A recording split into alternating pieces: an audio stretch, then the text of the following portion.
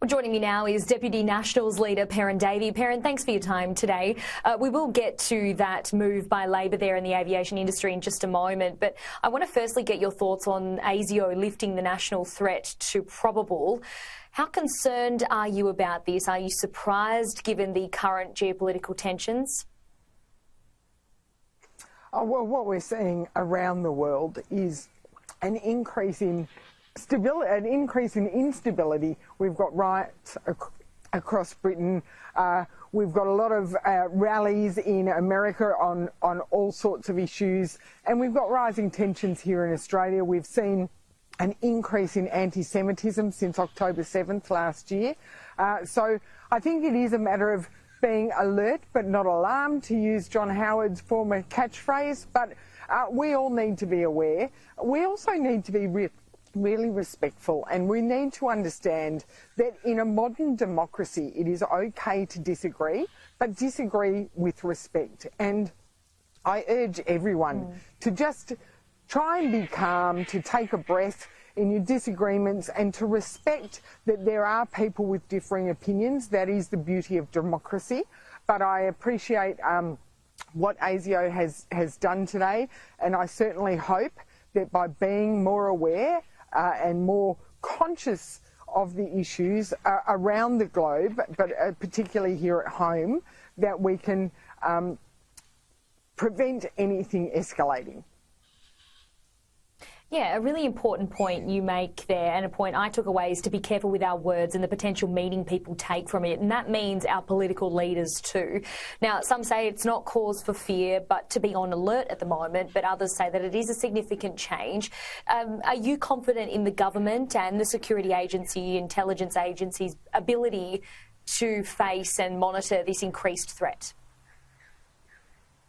Well, we also need to make sure that we're reporting anything that comes up. I mean, what we've seen, particularly since October 7th, is an increase in protests out the front of, say, politicians' offices, an increase in anti-Semitic graffiti, and really sort of destabilisation in our communities. We need to make sure we report those, because if our security agencies aren't aware of what's going on, they can't take action.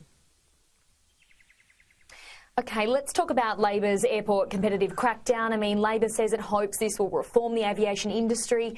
It's, of course, really sad what we're seeing happen with Rex at the moment, and what that means for the regional areas right across Australia. Is it too little too late, though, here? I mean, this has been a pretty obvious issue for a long time. Well, it's certainly a lot too late. Labor have had the Harris review into the Sydney airport slot management system since they came to office. We've seen with the Qatar Airways debacle, where Qatar got blocked from increased slots, access to increased slots for international routes. That led to a Senate inquiry. We had both Rex and Bonza make presentations to that Senate inquiry that said that this slot management system needed to be acted upon with some urgency, and it's taken the failing of 2 regional airlines for this Labor government to even consider what was in that report. So they should have done this when they got to office. They should have done it when the alarm bells started ringing after the Qatar issue. They certainly should have had a look at it after Bonza went into receivership.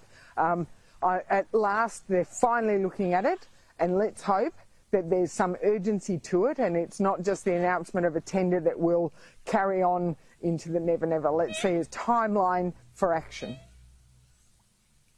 A big thing here is creating competition, but exactly how you do that between the city routes, those major city routes, and a lot of people saying, you know, that Rex potentially went too big too soon, but we do need competition between those major city routes. I also want to get your thought on another topic before we wrap things up. Thank you for being so flexible and working with me on this, but the Coalition is considering expanding its policy of using super for home deposits, with a firm belief that it will save the government hundreds of millions of dollars and essentially attract young voters. But some economists are warning against it, saying that it will send house prices soaring. What do you say to that? Well, we've seen some economists come out against it, but we've also seen some economists come in strongly in support of it. What we've also seen is Parliamentary Budget Office figures that show if just 20% of 35 to 45-year-olds took up this option, we could save the Australian budget somewhere around $700 million a year in savings of rental assistance. What we know is that the Labor government has a proposal for Rent Forever, which doesn't do anything to help the great Australian dream of home ownership. And what we're talking about here would be an optional and opt-in process for people who want to use their own money. Remember, money that is in superannuations is their own money as a deposit for first home ownership. I think it is a common sense way to go.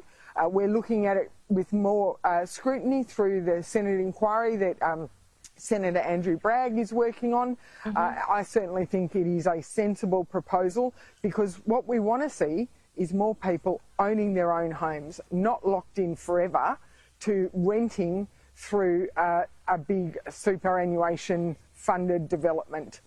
That is superannuation companies spending other people's money to build for other people for people to rent. Okay, we do have to leave it there. Perrin Davey, thank you for your time today.